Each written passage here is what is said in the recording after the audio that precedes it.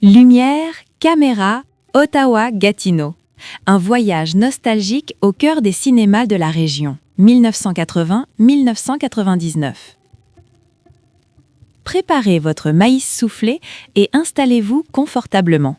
Nous retournons à l'époque des néons, des planchers collants et de la transition entre les petites salles de quartier et les immenses mégaplex.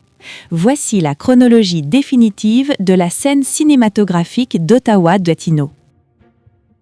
Le début des années 80. Grève et écran scindé.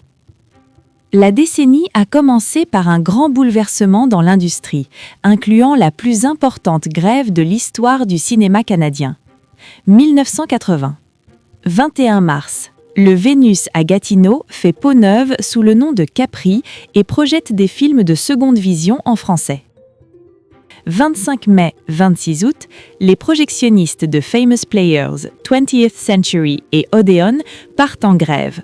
Pendant 3 mois, le Town et les cinémas du côté québécois sont les seuls ouverts et affichent complet presque tous les soirs.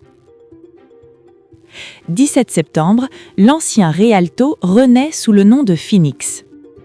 8 octobre, le Cinéplex 6 fait des débuts à Vanier. 14 novembre, Canadian Odeon ouvre le Westgate Cinemas 3. 1981. 26 juin, le cinéparc Queensway double le plaisir en ajoutant un deuxième écran. 19 août, le Cinéplex 6 ouvre au Kanata Town Center. 23 octobre, le cinéma Elmdale rouvre ses portes en version jumelée, avec un mur de division placé pile au milieu de la salle. Le cinéparc Autosky éteint ses projecteurs pour de bon. 1982. 20 janvier, le cinéma Rideau ferme ses portes. 26 mars, les Promenades 4 ouvrent leurs portes à Gatineau. Cinémas Unis, Famous Players, proposant des films en français et en anglais. 2 avril, Cinéplex prend les commandes du Phoenix. Juin, le Capri à Gatineau tire sa révérence. 1983. 18 mars, Famous Players s'installe dans les centres commerciaux avec le Rideau Center Cinemas 3. Le milieu et la fin des années 80. Fusion et métamorphose. Les géants de l'industrie commencent à fusionner et certains lieux emblématiques changent de nom. 1984. Un virage corporatif majeur, Canadian Odeon et Cinéplex fusionnent pour créer le puissant groupe Cinéplex Odeon. Le Cinéplex 6 de Kanata Town Center perd 2 de ses écrans. 1986. 7 février, Jacques Patry, propriétaire de l'Autremont à Montréal et du Quartier à Québec, reprend le Vendôme à Hull et instaure une programmation de cinéma de répertoire. Avril-mai. Le cinéma de Paris à Hull passe brièvement aux films adultes avant de fermer définitivement le 4 mai. Automne, le cinéparc Queensway ferme ses portes.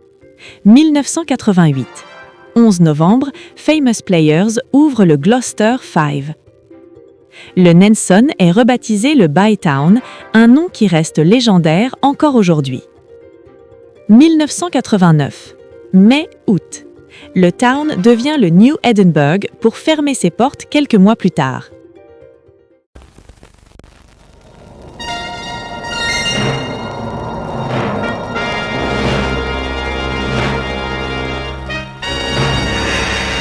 « 15 décembre, Cinéplex Odeon ouvre le Orleans Cinemas 6. Le cinéma Pussycat à Hull ferme officiellement. Les années 90, l'ère des mégaplex. Dans les années 90, la révolution des sièges en gradin commence et l'ère des cinéparcs s'essouffle tranquillement. 1990. Le cinéma haute technologie Omnimax ouvre à Hull. 1991. 22 juin. Le Phoenix Cinéplex ferme. 5 juillet, le World Exchange Plaza ouvre avec 3 salles. 23 décembre, un cadeau de Noël pour les cinéphiles, le Saint-Laurent Cinémas rouvre avec 5 écrans. Le quartier à Hull ferme ses portes. 1993. Automne, le cinéparc Aladdin ferme définitivement. 1994. 24 août, le Elmdale 2 ferme. Novembre-décembre, le cinéma adulte L'Amour à Roule présente son dernier film X et rouvre peu après sous le nom de Cinéma Plaza. Le World Exchange Plaza passe de 3 à 7 écrans. Le Elgin et le Little Elgin, Famous Players, ferment. 1996. 18 mars, les cinémas de la place de Ville ferment. 17 mai, le cinéma neuf à Gatineau change la donne en devenant le premier cinéma à siège en gradin, style stade, de la région et du Québec. 12 juillet, le Vendôme à Roule ferme ses portes. Automne, le cinéparc Britannia ferme pour laisser place à un nouveau complexe cinématographique. 6 novembre, le cinéma Plaza à Roule ferme. 1997. Automne, le cinéparc Airport Drive-In 3 ferme. 19 décembre, Cinéplex Odéon inaugure le complexe South Keys et ses 12 écrans. 1998.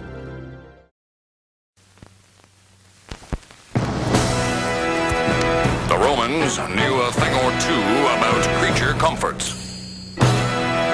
Service. Entertainment. And fine art. 3 juillet, l'imposant Famous Players Coliseum 12 ouvre ses portes. Stadium-style seating, digital sound, large curved screens, and there's variety on the menu. Fast lane ticket purchasing, Techtown Interactive Game Center, and party rooms. Famous Players Coliseum. Juillet, le Britannia 6 ferme pour faire de la place au stationnement du futur Coliseum. Welcome to Silver City. Enjoy the ride.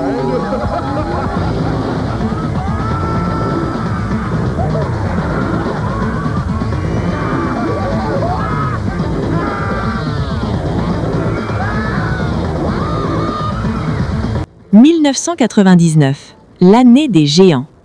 19 mai, le Silver City Gloucester 17 de Famous Players ouvre ses portes.